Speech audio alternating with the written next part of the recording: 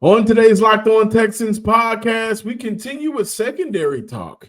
Should the Houston Texans prioritize safety over corner? And we are joined by Cody Johnson of The Lead show on YouTube to discuss Jalen Pitre may be best suited for the slot cornerback role for Houston. You are Locked On Texans, your daily Houston Texans podcast. Part of the Locked On Podcast Network, your team every day.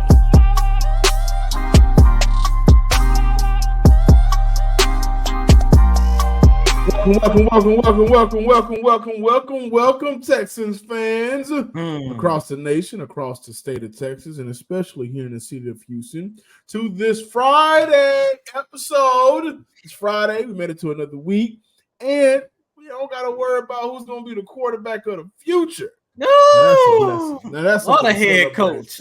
What a head coach. Happy Black History Month, everybody. If this is your first time watching or listening to the Locked On Texans podcast, thank you for stopping by. We really appreciate it. Please be sure to subscribe, like, and comment to the Locked On Texans podcast on YouTube and wherever you get your podcast. And thank you to all of our returning listeners coming back as Cody and I continue to talk Texans here on this Friday.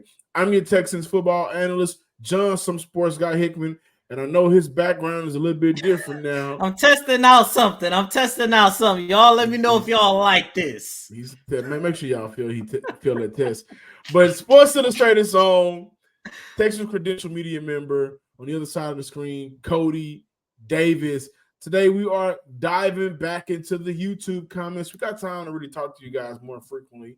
We were kind of missing weeks there.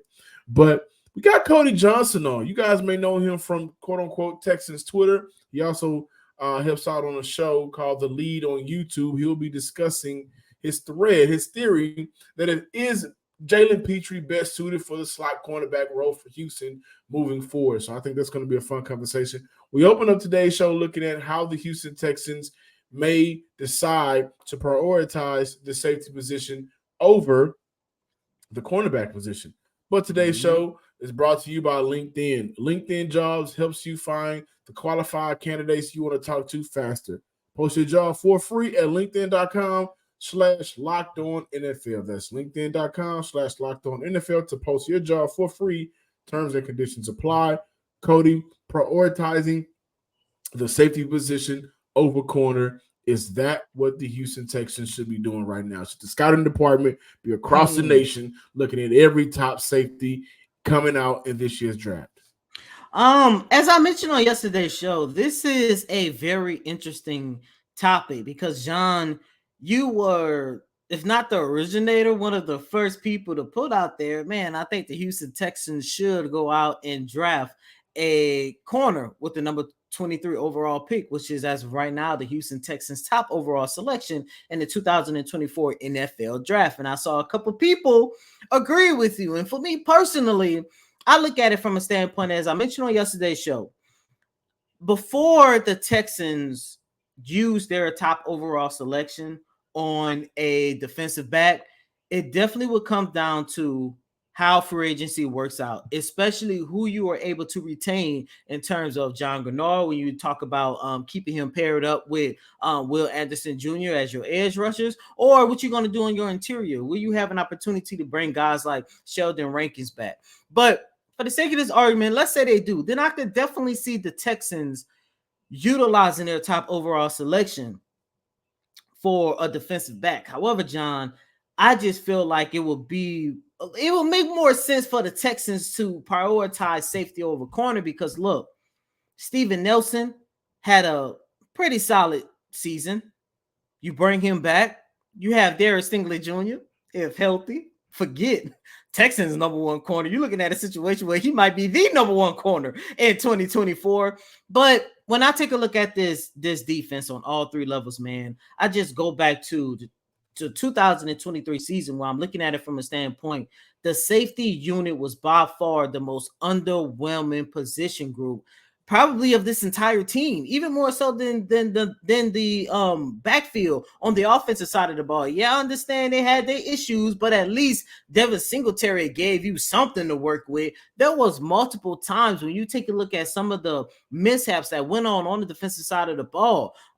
It came with that safety unit. When you take a look at the decline that we saw from Jalen Pitre, when you take a look at the fact that you had Jimmy Ward, who wasn't out there majority of the time. When you take a look at the fact that at the start of the season, you was relying upon Eric Murray and MJ Stewart before they went down with their respective season-ending injuries. I just look at it from a standpoint, if they do go defensive back, it will make more sense, at least to me, why you should prioritize safety over corner. Because like I just mentioned, with Derek Stingley Jr. at the helm, at least you know you have a cornerstone there. When you take a look at this safety group, and I hate to say this, knowing how much I'm still a fan of Jalen Pitre, but as of right now, off of the results of 2023, they do not have a cornerstone or at least a solid foundation in that position group. Yeah, the safety position for Houston. I mean, Cody, you hit it right on the head. They were constantly being beat deep, right? Deep coverage for Houston was something that this defense struggled with. They were one of the worst passing defenses in the NFL. They allowed a ton of big plays. I mean, we can go back to the Amari Cooper game, right? You can go back to some of the big plays that the Jags were able to make, some of the big plays that the coach was able to make, some of the big plays that Baker was able to make, the big play that Kyler was able to make, right? The big play that almost a big play. Thankfully, Derek Stingley is a god out there on the field against the Broncos. They were constantly being abused and were one of the worst passing defenses in the NFL. And when you look at when the linebacker group started to come along, specifically Christian Harris, that linebacker group stepped up. The front four started to cause more pressure, right? At the beginning of the year, they had a lot of pressure. Those are advanced stats. But they wouldn't put no sacks behind it. They ended the year off with a franchise record of, I think it was 46 sacks this year, franchise record. You saw Christian Harris. He stepped his game up tremendously. So throughout the year, you saw the first two phases of that defense just get better throughout the year. And I'm gonna say this: I may catch some flack for it, but when John Stewart, not John Stewart, MJ Stewart and Eric Murray went down, you saw that safety defense, the safety unit decline, and I mean decline rapidly. They were never able. They were never able to get 3 games in a row out of Jimmy Ward. His injury problems really hampered that defense. And I think, in fairness to Jalen Pitre, who we'll talk about with Cody Johnson, this was his second year in the NFL, and this is also his second defense with a new coach, a new DC, right? And I think there was a learning curve there. There was a transition in there. But he just also, too many times, just looked confused and lost out there on the field in terms of being deep. Now, when he was around the line of scrimmage, he looked like the additional linebacker that you want to have down there to be able to maybe take care of some of the curl flats or just shoot, be like a bat out of hell and go, get some run stops, excuse me. But he struggled deep. And I think a lot of that had to do with never having a consistent running mate. Your running mate is injured, but then also just having inefficiencies of your own. So when you ask me, should the Houston Texans prioritize safety over corner? I want to say yes. Do I think it comes in a draft with the number 23 overall pick? No, I don't think there's a safety worth a number 23 overall pick. But I like Xavier McKinney from New York. I like Antoine Whitfield. I know he may cost a lot of money. He's going to be the best safety on the market. But I don't want people to get caught up. I was talking to John Crumple about this. I don't want people to get caught up in trying to save money. And at some point, you're going to have to use that money to land a big guy. I think T. Higgins may get franchise tag, but I also believe in Nico Collins. If you sign Nico Collins to an extension, that won't kick in until 2025. So you still got your money set for this year, right? You may look at Mike Evans, but I'm not sure about Mike Evans if he's commanding more than $20 million. I think that's too much. Why not Winfield? Why not make him your big free agent signing. And I also like the safety from the Rams, Jordan Fuller, who considering the safety market right now, I think outside of Winfield, Fuller might be projected to command around $9 million for 2 years, and he's been productive for the Rams. And so there's some guys out there. There's guys out there, but I do think that when you look at the cornerback room for the free agency this year compared to the safety room, and when you look at the needs of this team, absolutely, they gotta bring in a safety. They won't be able to survive and get better or become the defense that they want to be if they constantly get beat deep. So with the wife and I having a baby here who just turned 3 months, safety is a priority of ours. And my wife had a little bit, the car she had, I can kind of pick it up and throw it over my back. A small car. And that's not what we want for our baby girl. Got to be safe. And so we called up my father-in-law, gave us a number and name of a guy that works at Nissan Baker, reached out to him, set up an appointment, went out there and got us in a ride that day. Not only is that Nissan safe, but to be honest with you, you can kind of push it a little bit too, man. Like if you're one of those drivers that kind of likes to push things to go a little bit further, or if you ever wonder what adventure could be around the next corner, listen, our friends, got a friend now at Nissan, has lined up SUVs with the capabilities to take your adventure to the next level while also being safe. The 2024 Nissan Rogue is perfect for city drives and great escapes. Class exclusive, Google built in is your always updating assistant to call on for almost anything. The 2024 Rogue is the perfect mid-side crossover for your next adventure. They got the 12.3-inch HD touchscreen, so you don't got to do a lot of the knobs play. They got the touchscreen for you. The 2024 Nissan Pathfinder has room for up to 8 people. It's an expansive cargo capacity and advanced available 4x4 capability type of SUV with over 280 horsepower, up to 6,000 pounds towing. When adventure calls, the Pathfinder is there to answer. Take the Nissan Rogue or the Pathfinder or the Amato. It's a beautiful car, by the way. And go find your next big adventure. Shop NissanUSA.com. Welcome back in, Locked On Texans fans, listeners, and viewers out there. So the other day, scrolling on Twitter like we do. We're always on social media. We always have our phones. And I see this amazing thread. So I had to reach out to my man, Cody Johnson, who you guys see right here. You can follow him on Twitter at FB_Lone Star. He's also he's done some work with the lead on YouTube. But Cody Johnson, welcome to the Locked On Texans podcast. Our listeners are super excited to talk about Jalen Pitre.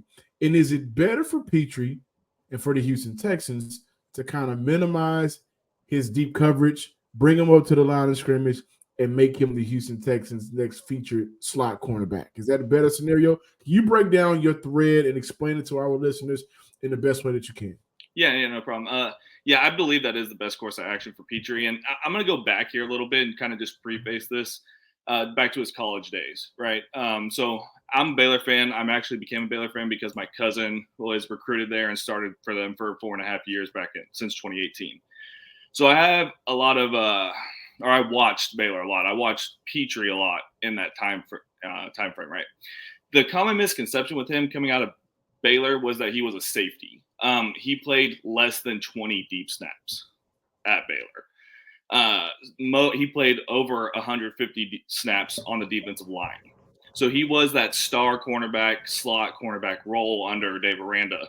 And in the first 3 years under Matt Rule, he was actually listed as a linebacker. So getting into what I saw from that Jalen Pitre in college and what I think we can do with him with the Texans now, I think it makes perfect sense, right? So the big thing is going to be the deep coverage, right? Obviously, it wasn't good this year. It wasn't great last year.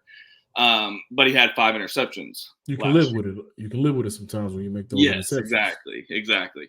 If you're making plays on the ball, you can live with giving it up. When you're not making plays on the ball, you're just a liability at that point, right? So I think the first question people are going to ask is why not just simply move him into the box, right? Have him be the box safety. The problem with that, especially in DeMeco Ryans' scheme, is that he demands versatility. None of the safeties, Pitre, Ward, Amos, or DeAndre Houston Carter played over 25% of their snaps in the box. They were playing deep in the slot, in the box, all over the place, right? So if you're going to be a safety in the scheme, there is no strictly box guy. You have to play on the back end too. So that's why I prefer the slot role, especially with the coverages that DeMeco Ryans runs, right? He runs a lot of cover, he ran a lot of cover 4 last year, which was off. It was different from when he was in San Francisco, which was a lot of cover 3. Regardless, they ran a lot of zone, right? So the coverage for those schemes is a lot of curl flat zones, a lot of out on the sideline underneath. Not really a lot of man-to-man running along, following slot wide receivers across the field, right? So simple coverage concepts. Sorry about that. Simple coverage concepts that I think he can do, and that's what he did at Baylor as well. The curl flat zone. That's what he breaking on the ball, making plays downhill, not in the deep half. So that's the coverage concerns for me there. I'm not really worried about it because that's what he excelled at Baylor. As far as like the tackling issues, he's an aggressive player, right? He's going to miss tackles. He did it at Baylor. He missed tackles, right? He way he comes last year. Yeah, exactly. So he's going to miss tackles. The way he comes in is over aggressive sometimes, but he also makes plays in the backfield, or at least at Baylor, right? His depth of tackle at Baylor was 0.8 yards, so less than a yard. He was living in the backfield, right? And he had 34 specific run stops just in 2021 at Baylor. So getting him closer to the line of scrimmage and allowing him to make plays in the backfield, blitzing, playing the run, et cetera, is what I think will help him excel to become that player that we thought he could be coming out of Baylor. Does that make sense? Yeah. Hey, Cody, part of the reason why we're having this conversation about, the possibility whether or not the Texans and Coach DeMeco Ryans should consider kind of changing it up with Jalen Pitre is simply due to the fact that year 2 was a disappointment. How would you best summarize Jalen Pitre's season? Like disappointing, like you said, right? I always struggled with just again watching him at Baylor. I've always struggled with the thought process of he's a free safety and he's going to be covering on the deep end. I just never saw that from him, and we saw this year the struggles in it, right? And was he part of the reason why DeMeco Ryans had to switch from that cover 3 mold to a cover 4 because he was struggling so much on the back end and you needed more guys deep? I don't necessarily know. Maybe that's just what they wanted to do. But disappointing, it's just the easiest way to put it. Again, I'm going to keep referencing Baylor. So sorry. Again, he's been in the league for 2 years, so this is kind of rough going back this far. But Dave Aranda, right? He's one of the better defensive minds in college football, and yet he decided not to put Pitre back there. Right, he put him closer to the line of scrimmage to better utilize his skill set. I don't think Dave Aranda is like dumb or anything, right? I thought if he thought he could do it, he would put him back there. Now they didn't, and then it switched it up coming in the league, and then Levy did it last year, and then DeMeco did it this year, and we're just kind of seeing what I thought we would see from him at the safety position, just struggling. The instincts aren't there. Going and coming upfield when you got Steven Nelson getting beat deep against Amari Cooper, just stuff like that, right? So disappointing is definitely the way to put it. But we've seen Jalen Pitre be successful in this league. I mean, his rookie year led the team in tackles. Although be it that's because a lot of those were, the running backs were able to rush for 170 per game, so he was the last line of defense. But the 5 interceptions, the turnovers last year, we've seen him be successful. And when we look at going from one scheme, cover 2, Tampa 2 defense under Lovie Smith, going to a totally different one in year 2 when you're still trying to learn the NFL. I mean, that can be pretty difficult. Right. At some point, he's going to have to drop back in coverage, whether he's at slot, whether he's at the safety position. At some point, you're going to drop back and cover. What are some of the things that, being deep is not his, what he's really good at. But what are some of the things in terms of coverage? Can we at least say, hey, fans, even with his disappointing year, this is what we can be excited for or look forward to for next season, because he's shown for at least a couple of years maybe that he can make plays when he is in this situation or this role in terms of covering. Right. So I'm going to talk about it specifically as if he's going to the slot. Say they make that move, and we're going to talk about his coverage right there. So I kind of referenced it earlier, but the curl flat zone, right? Dropping into the curl, sitting on a curl, and then breaking downfield to the flat, running back coming out of the flat, etc. We've seen Pitre's aggressiveness coming downhill, hitting Tyreek Hill, hitting I think it was Michael Pittman for the Colts, right? Just coming downhill and laying the wood on those guys. If you can have him do that in the curl flat in your cover 3 or your cover 4 or whatever, I think that's the biggest benefit, right? So guys coming downhill and making the stop on third down in the flat, right? Stuff like that. I think just breaking on the ball where he doesn't have to break from deep, right? So again, like coming back from the Baylor stuff, he didn't have a lot of experience breaking down from deep. So I think that's a lot to do with his tackling issues in the NFL. He didn't have experience doing that. He was always at the line of scrimmage. Some bad angles trying to do so. Exactly. So getting him closer where he doesn't have to come from 15 yards deep and try to make an open field tackle, I think that's a big plus as well. Before we get out of here, my last question for you is, can Jalen Pitre be successful in the role we've seen Desmond King be successful for Houston? I believe so. So like I mentioned earlier, man, this role specifically, the way D'Amico uses his slot fits perfectly for Jalen Pitre. If we ran a bunch of man coverage, I probably wouldn't have made that post yesterday or the other day. But because we run so much zone and it's just simple curl flat zone drops, it's, a wheel route every now and then. It's not anything crazy. I think he can really excel in that role. That's just speaking on the coverage, right? Blitzing from the slot, moving over when you're not covering a slot receiver and playing in the box. And then I had one post or one section on that post talking about his tackling in the box. I don't know if you saw it, John, but he just looks more confident tackling in the box. Very much so. Yeah, he's tackling. In fairness, playing deep, you're the last line of defense. And so if you look around, there's not much around you when you're playing deep. It's nothing but grass. Exactly. In that box, you have other guys there, and so you can kind of count on them a little bit more, and that allows you to play a little bit more reckless, I think, for Pitre, especially with how aggressive he plays, and sometimes he's just a shot out of a cannon. Yeah. So I would 100% agree with you with that one. I was going to mention that, but yes, he is very much more comfortable around the line of scrimmage in terms of tackling. Right. So, but yeah, getting back, and then I think he just adds another level of versatility if you move him into that slot role. Right. So your question was if he can succeed. I think very much so. I know people are going to be skeptical on that. I got a bunch of comments that he's not going to be able to do this, do that, whatever. I think getting him closer to the line of scrimmage, letting him blitz, letting him play the run. He's physical. I played one clip where he just lit up an offensive tackle. He's losing about 100 pounds there. Right. So I just think we'll see a different player, actually. I think we'll see the player we expected Pitre to be coming out of Baylor, if that is the move made. And I would Cody, like to really say quick. this. Go ahead. I was just gonna say, Cody, really quick. Let's say for the sake of this argument, Coach D'Amico Ryans does experiment with this role, and at the start of the 2024 season, Pitre is now your slot corner. That's gonna leave a vacancy at safety. Who do you have, like, any type of prospects, like either in the draft or in free agency, you would like to see the Houston Texans kind of replace? Because look, as I mentioned, it's going to leave a big vacancy.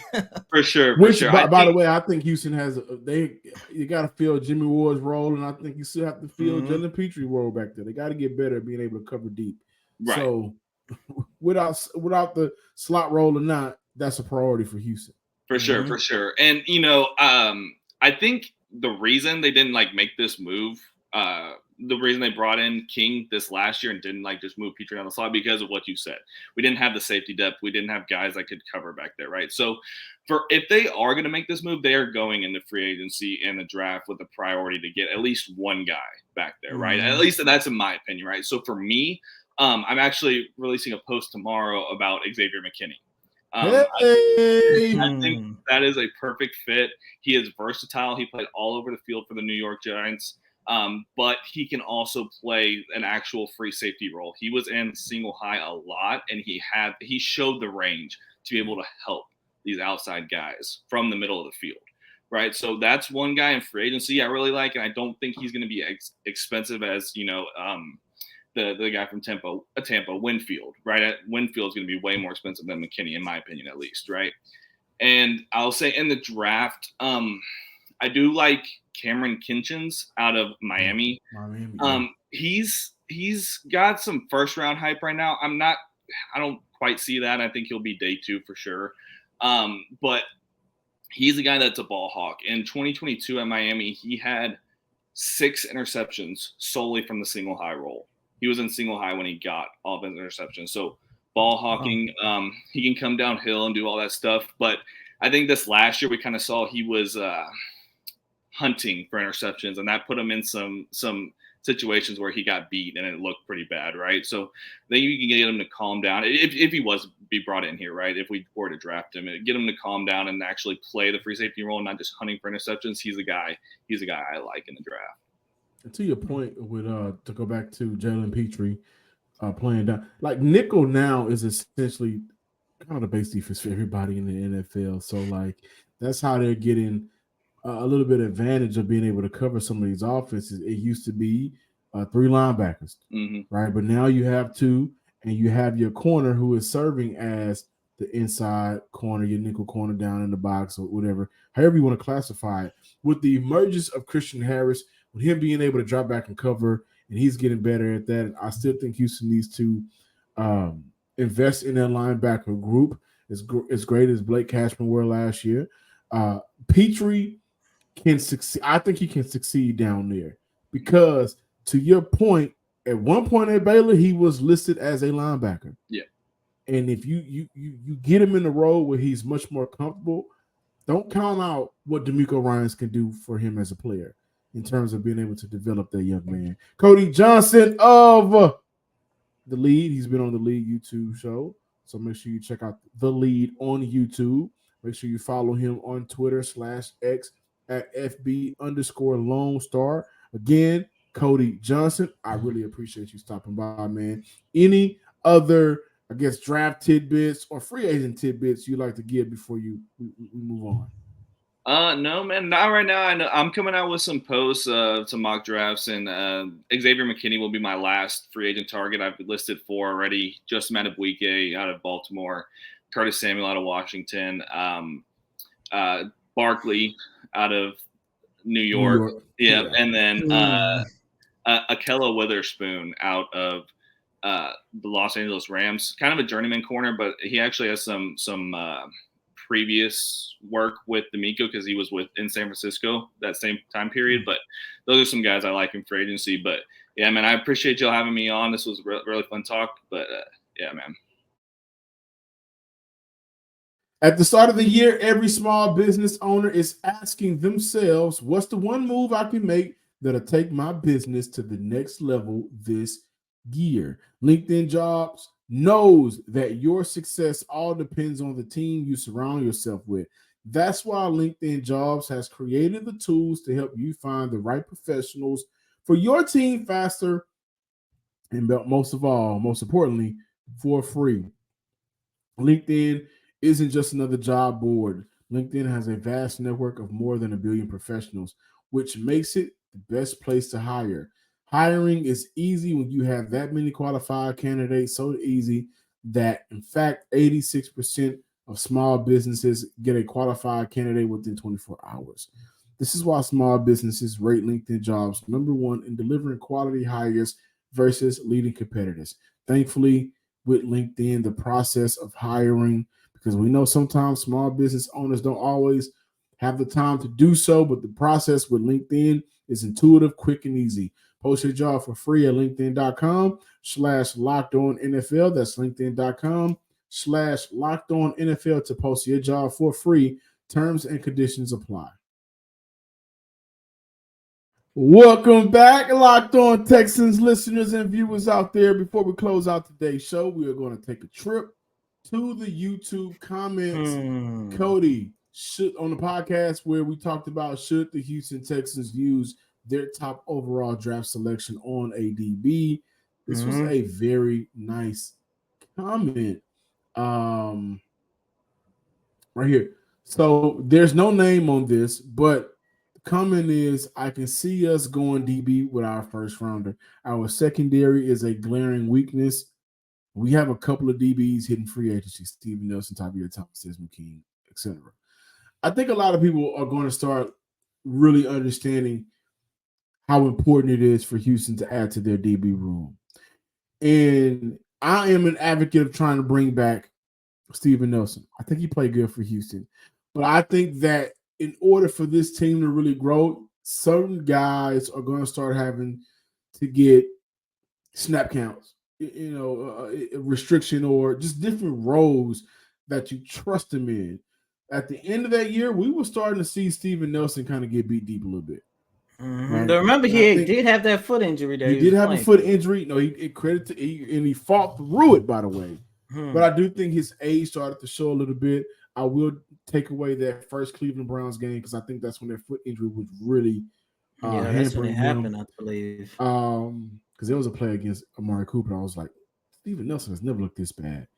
But I do think that when you look at who's leaving, there's room to make up and upgrade when you look at who can come in, who can come back. And I think upgrading the DB room is important, starting by a number 23 overall pick. I don't think my mind is going to change on that. I think the cornerback, a top corner, should be coming to Houston with the number 23 overall pick. This is from Javon Richardson, 27.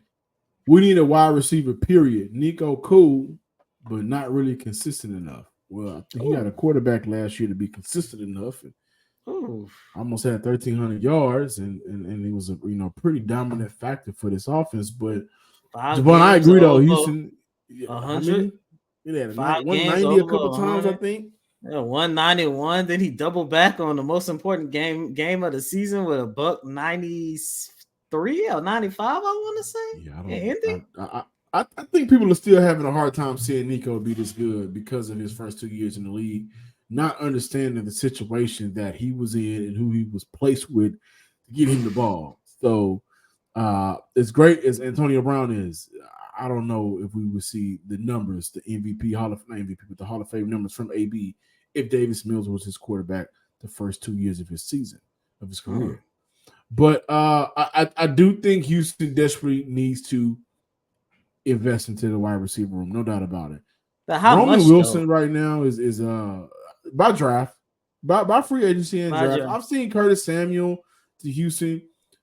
Fans may not know how good Curtis Samuel is from Washington. He's a baller. He's a baller. Roman Wilson from Michigan, who was killing it at the Senior Bowl this week. I believe that he met with Houston. I'm not 100% sure, but he's a guy that can, really make sense for Houston. I think he does a very good job of getting open, in terms of separation and his release at the line of scrimmage. So he's a guy I will look for maybe in the later rounds, but no doubt about it, we should see at least 3 new wide receivers here in Houston. Yeah, look, let me start off by saying this. I agree that the Texans should improve their wide receiving unit, but I think I'm just having a hard time trying to determine when and where, because if you take a look at free agency, there are several guys that could come in and really help this team. However, like we said with Mike Evans on yesterday, only at the right price, and I kind of feel that way for T. Higgins as well. And then you take a look at the draft. It's like, well, you can go out and draft. Even Adams was traded to the Rockets. For what? Sorry, guys. For Victor Oladipo. And 3 second-round picks. But ain't Steven Adams hurt, though? Yeah. Sorry, guys. Cody does the Rockets as well.